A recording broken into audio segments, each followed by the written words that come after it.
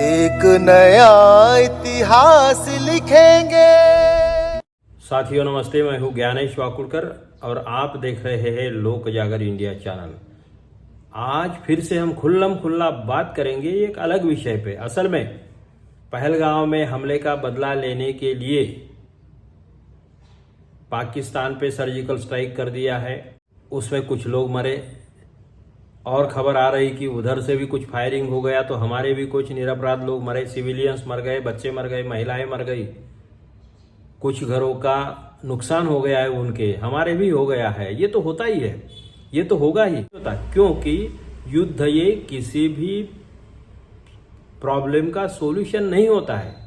लेकिन हम लोगों में ज्वर ऐसे होता है कि उछलने लग जाते हैं, हमने इतना मारा, हमने उतना मारा, हमारे गृह मंत्री बोल रहे हैं कि हमने सही ठिकाने पे हमला किया है, सही लोगों को मारा है जो इससे संबंधित है। कहाँ से ये इतना झूठ बोलने की ताकत आती है? अरे भैया, आपको वो आतंकवादी कहाँ से आए थे, कहाँ चले गए, क्या नाम है, कहाँ रहते थे, कुछ पता ही नहीं, और आप लोगों ने सही निशाने पे हमला भी कर दिया। ये कैसी मेंटेलिटी है? साथियों ध्यान में रखिए कि आतंकवादी घरों में नहीं रहते। आपने उनके कुछ घर तोड़ दिए होंगे, मगर आतंकवादी घरों में नहीं रहते, अपने मन में होते हैं छुपे हुए। हमारे इधर देखिए, हाफिज सईद की बात करते हैं हम। हाफिज सईद के मामले में पाकिस्तान के एक महिला पत्रकार ने बोला कि वो आतंकवादी कहाँ है। किसी चैनल से बात करते हुए किसी महिला पत्रकार ने बहुत सटीक तरीके से कहा है कि भाई वो आतंकवादी कहाँ है, वो तो हमारे लिए भगवान है। अगर वो हमारे लिए भगवान नहीं होता तो हमारी गवर्नमेंट उसको इतनी जबरदस्त सिक्योरिटी क्यों देती? वो सरेआम कैसे घूमता? ये सब सोचिए, ये सब सोचिए। ऐसे हाफिज सईद सिर्फ पाकिस्तान में नहीं है, हमारे इधर भी देखिए कौन वीआईपी सिक्योरिटी में घूमता है, कौन लोगों को मरवाता है, कौन नफरत फैलाता है, कौन लोगों की बस्तियां जलाता है, कौन लोगों के परिवार उद्ध्वस्त कर देता है, और कौन सत्ता की मौज भी लेता है, कौन भगवान का नाम लेता है। हाफिज सईद के संगठन का नाम है जैश ए मोहम्मद। मोहम्मद पवित्र नाम है इस्लाम में। हमारे यहाँ भी ऐसे भगवानों के या पवित्र नाम लेकर गंदे काम करने वाले कई लोग हैं, कई संगठन है। मेन संगठन, उनके मुखिया भी भगवान का नाम लेते हैं। उनके जो सब संगठन होते हैं या उनकी जो विंग्स होती है, उनके लोग भी भगवान का नाम लेते हैं। कोई एक भगवान का नाम लेते, कोई दूसरे भगवान का नाम लेते, कोई तीसरे भगवान का नाम लेते। हिंदुस्तान में तो भगवानों की कोई कमी नहीं, बड़ी लंबी लिस्ट है, रजिस्टर बन जाएंगे, भर जाएंगे। तो ऐसे कई भगवानों का नाम लेके, धर्म का नाम लेके, धर्म की आड़ लेके महिलाओं की इज्जत पे हाथ डालते हैं, महिलाओं की बेइज्जती करते हैं, महिलाओं को अपमानित करते हैं, गरीबों को मरवाते हैं, गरीबों की बस्तियां जलाते हैं। तो सोचिए कि हाफिज सईद सिर्फ पाकिस्तान में नहीं है, हाफिज सईद हमारे बस्ती में है, हमारे देश में है, हमारी गली में है, हमारी विधानसभा में है, हमारी संसद में है कई हाफिज सईद, हमारे मंत्रिमंडल में कई हाफिज सईद है,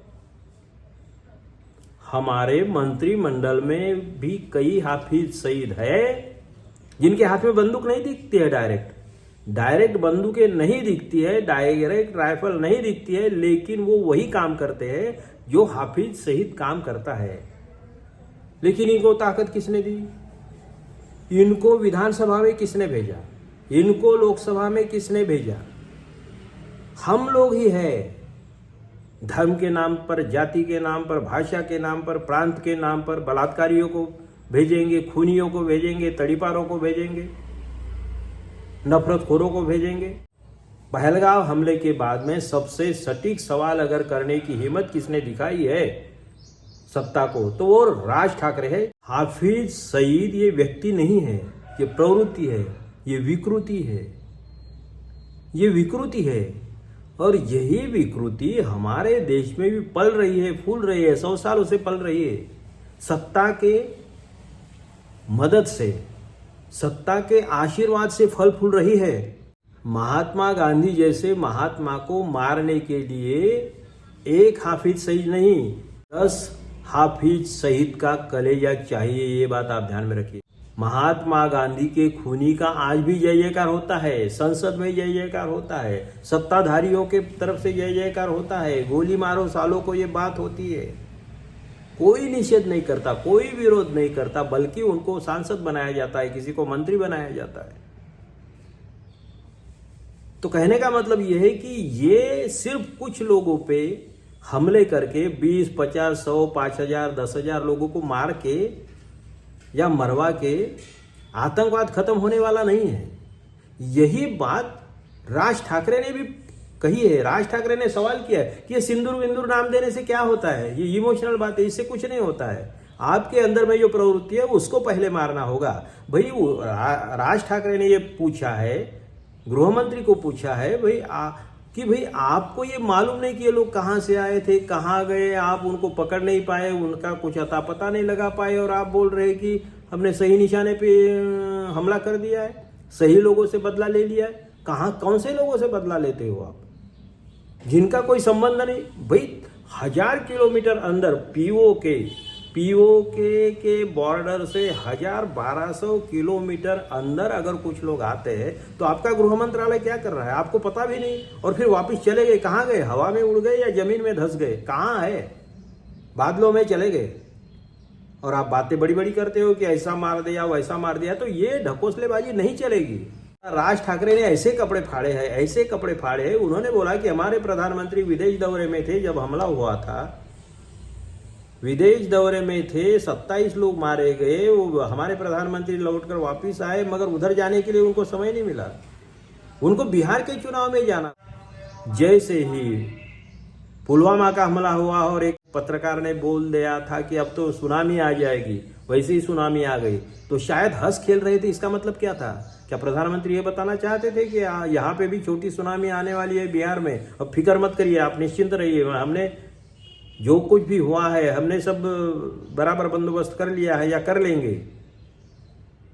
मतलब उनके पास में ट्रोल आर्मी तो है, उनके पास में गोदी मीडिया है, तो क्या मतलब है? इसीलिए राज ठाकरे ने जो सवाल किया उनको पूरी तरीके से उनके कपड़े फाड़ दिए हैं राज ठाकरे ने। और सिर्फ अकेले राज ठाकरे ने कपड़े नहीं फाड़े हैं, और भी लोग हैं सत्ता के कपड़े फाड़ने वालों में, और भी लोग हैं। विक्रम मिस्त्री नाम के विदेश सचिव है हमारे सरकार में। उन्होंने क्या बोला है कि पहलगांव आतंकी हमले का मकसद देश में सांप्रदायिक दंगे भड़काने का था, लेकिन देश के नागरिकों ने ये नहीं होने दिया। ये देखिए बहुत बड़ी बात है, ये बहुत बड़ी बात है। मतलब कौन देश में दंगे फैलाना चाहता था? हिंदू मुस्लिम कौन करना चाहता था? पाकिस्तान का हाफिज सईद आतंकवादी हिंदू मुस्लिम दंगे फैलाना चाहते थे। और यही काम कौन कर रहा है? ट्रोल आर्मी कर रही है मोदी जी की। हिमांशी नरवाल के मामले में ट्रोलिंग का काम कौन कर रहे हैं? उन्होंने भाईचारे की बात की, तो उसके लिए ट्रोल किसने किया? बीजेपी वालों ने किया, संघ वालों ने किया। संघ ने कुछ नहीं बोला, बीजेपी ने कुछ नहीं बोला, भागवत ने कुछ नहीं बोला, नरेंद्र मोदी ने कुछ नहीं बोला, अमित शाह ने कुछ नहीं बोला। मतलब ये भी तो दंगे करवाना चाहते थे ना, हिंदू मुस्लिम करवाना चाहते, यही मतलब होता है ना। नीतीश कुमार ने कुछ नहीं बोला, चंद्रबाबू ने कुछ नहीं बोला उन ट्रोल्स को। क्यों नहीं बोला भाई? तुम भी तो हिंदू मुस्लिम दंगे करवाना चाहते हो। तो ये, और दूसरी बात, सेना ने तो सबसे बड़ा सिक्सर मार दिया। सेना ने 2 महिलाओं को एक कर दिया। दोनों का धर्म अलग अलग है, आप देखिए, नाम भी आप देखिए, दोनों का धर्म अलग है। 2 महिलाओं को इस मुहिम पे ये कर दिया, उनके हाथों में दे दिया और बोल दिया कि हमें आपका हिंदू मुस्लिम से कोई लेना देना नहीं है, हमें आपके धर्म की राजनीति से कोई लेना देना नहीं है। ये इसीलिए सेना बधाई की पात्र है। हमारे प्रधानमंत्री ने तो पहले हाथ ऊपर उठा दिए थे, और जब सेना ने इतना बढ़िया डिसीजन लिया तो सेना के लिए तो सैल्यूट। कहने का मतलब क्या है कि हमारी आज की जो सत्ता है वो चारों तरफ से उनका नकाब फट गया है, फट चुका है, खुल चुका है। इसलिए सिर्फ राज ठाकरे की बात नहीं, औरों ने भी कई तरीके से उनको बेनकाब कर दिया है। राज ठाकरे ने ये भी बोला है कि पाकिस्तान को क्या बर्बाद करोगे आप, वो तो पहले ही बर्बाद हो चुका है, अब अपने देश को बर्बाद करना चाहते हो क्या। राज ठाकरे ने ये भी सवाल पूछा है सत्ता से कि भाई ड्रग्स कहाँ पे आते हैं, नाके नाके पे ड्रग्स मिलते हैं, स्कूल में बच्चे के पास में ड्रग मिलते हैं, वो ड्रग्स इस्तेमाल करते हो, सरकार क्या करती है। और ये अदानी के पोर्ट पे कितने सारे ड्रग्स आए हैं सबको मालूम है, किसी को पकड़ा नहीं जाता है, केस का कुछ नहीं होता है। और बातें करते हैं कि सत्ता जो है वो मजबूत हाथों में है, मजबूत हाथों में सत्ता होती है तो फिर इतने सारे ड्रग्स अंदर कैसे आते हैं। ये बहुत सारी बातें हैं। कहने का मतलब क्या है कि हमको सबको सोचना होगा, हम सब लोगों को एक ठंडे दिमाग से सोचना होगा। हमारे आजू बाजू में कई हाफिज सईद है जो आपके धर्म का नाम लेते हैं, आपके भगवान का नाम लेते हैं, आपके जैसे कपड़े पहनते हैं, आपके धर्म का चोला पहनते हैं, मगर काम हाफिज सईद से खतरनाक काम करते हैं। हाफिज सईद और ये प्रज्ञा ठाकुर, इनमें क्या फर्क है देखिए। प्रज्ञा ठाकुर हमारे इधर है और भी है, कई लोग हैं, लेकिन दो ही नामों की बात का चर्चा करते हैं। तो हाफिज सईद अपने देश के खिलाफ नहीं करता है, वो हमारे देश के खिलाफ करता है, भारत के खिलाफ करता है। मगर प्रज्ञा ठाकुर क्या करती है, प्रज्ञा ठाकुर अपने ही देश के लोगों को मरवाती है, अपने यहाँ बॉम्ब स्फोट करवाती है। कई मर्डर केस में भी है। हाफिज सईद के खिलाफ भी 30 मामले थे, 26 में बरी हो गया है, वो 4 में कुछ सजा ये कर रहा है। प्रज्ञा ठाकुर की क्या हाल है, वो तो सांसद भी बन गई थी। सिक्योरिटी की क्या बात करते, सांसद बन गई थी, संसद में बैठ रही थी, संसद में भाषण दे रही थी। तो ये है हमारे देश के हालात। हमारे पास में भी हाफिज सईद से कम खूंखार लोग नहीं हैं। दर्जनों से मिलेंगे, सैकड़ों से मिलेंगे, छोटी मोटी आवृत्तियां उनकी मिलेगी, एडिशन मिलेगी। तो आप सोचिए, फिर से सोचिए, ये आतंकवाद ये प्रवृत्ति है, आतंकवाद ये विकृति है, ये पाकिस्तान या हिंदुस्तान की बात नहीं है। कौन लोग हैं हमें धर्म के नाम पे लड़ाते हैं, कौन लोग हैं हमें भाषा के नाम पे लड़ाते हैं, राष्ट्रवाद का चोला पहन के हमें बेवकूफ़ बनाते हैं। जो अंग्रेजों के फेवर में थे, जो आज़ादी के विरोध में थे, जो तिरंगे के विरोध में थे, जो संविधान के विरोध में है, जो मनुस्मृति का समर्थन करते हैं, वो कौन लोग हैं जरा देखिए ना। वो लोग सोचिए, ये हाफिज सईद से कम नहीं है, क्योंकि अपने ही देश को बर्बाद करने पर तुले हुए हैं। हाफिज सईद तो खैर पाकिस्तान के लिए कुछ नहीं करता, पाकिस्तान के खिलाफ काम नहीं करता है, शायद वो भारत के खिलाफ काम करता है, शत्रु राष्ट्र के खिलाफ काम करता है। और हमारे हाफिज सईद, जो हाफिज सईद के असली हाफिज सईद के बाप है, वो तो अपने ही देश के खिलाफ काम करते हैं यार। तो आप सोचिए, खुल्लम खुल्ला बात करनी होगी, खुल्लम खुल्ला बात सुननी होगी, खुल्लम खुल्ला सोचना होगा, विचार करना होगा और सच्चाई के साथ में रहना होगा। आप देखते रहिए लोक जागर इंडिया चैनल और लाइक करिए, शेयर करिए, सब्सक्राइब करिए। आपके सहयोग की हमें ज़रूरत है, देश को आपकी ज़रूरत है। आप सावधान होइए। धन्यवाद। आने वाला कल है, यही मेरे देश का कल है। एक नया इतिहास लिखेंगे।